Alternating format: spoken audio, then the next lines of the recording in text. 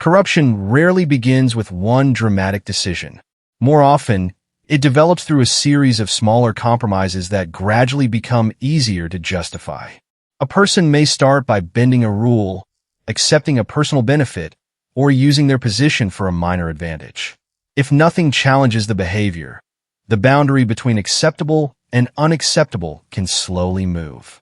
What makes corruption psychologically interesting is that many people who behave dishonestly do not immediately see themselves as bad people. The mind can create explanations that protect a positive self-image while allowing unethical behavior to continue. Number 1. Small compromises can change boundaries. A person may initially reject unethical behavior, but later accept a minor exception. Once that boundary moves, another compromise can feel less serious, creating a gradual path toward more serious misconduct. Number 2. Self-justification protects self-image. People generally want to believe they are decent. When their actions conflict with that belief, they may create explanations that make the behavior seem necessary, deserved, or harmless. Number 3. Opportunity can reveal character. Rules are easier to follow when violations are difficult.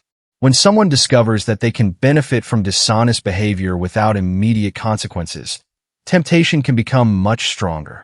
Number 4. Greed is not always the main motivation. Corruption can involve money, but financial gain is only one possibility.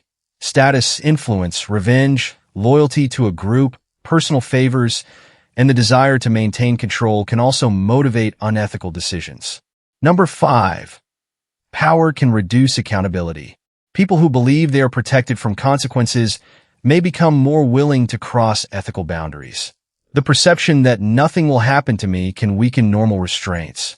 Number 6. Group culture can normalize misconduct. If everyone around someone treats unethical behavior as normal, the individual may stop seeing it as unusual. A corrupt environment can make dishonesty feel like participation rather than wrongdoing. Number 7.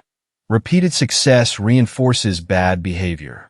When an unethical action produces a reward without punishment, the brain receives a powerful lesson. The behavior worked. Repeated rewards can make future violations easier to consider. Number 8. People compare their actions with worse behavior. Someone may excuse their own misconduct by pointing to people who behave even worse. Instead of asking whether their behavior is right, they ask whether it is as bad as someone else's. Number 9. Corruption can become part of an identity. Over time, repeated unethical decisions can become integrated into someone's lifestyle and relationships. What once required deliberate justification may eventually feel ordinary. Number 10. Accountability can reverse the pattern. Strong oversight, transparent systems, meaningful consequences, and personal integrity can interrupt corruption. At an individual level, recognizing rationalizations and accepting responsibility can be the first step toward changing behavior. Corruption is often less about one person's sudden transformation and more about how repeated choices reshape their sense of what is acceptable. Small compromises can become habits, habits can become expectations, and expectations can eventually become a lifestyle.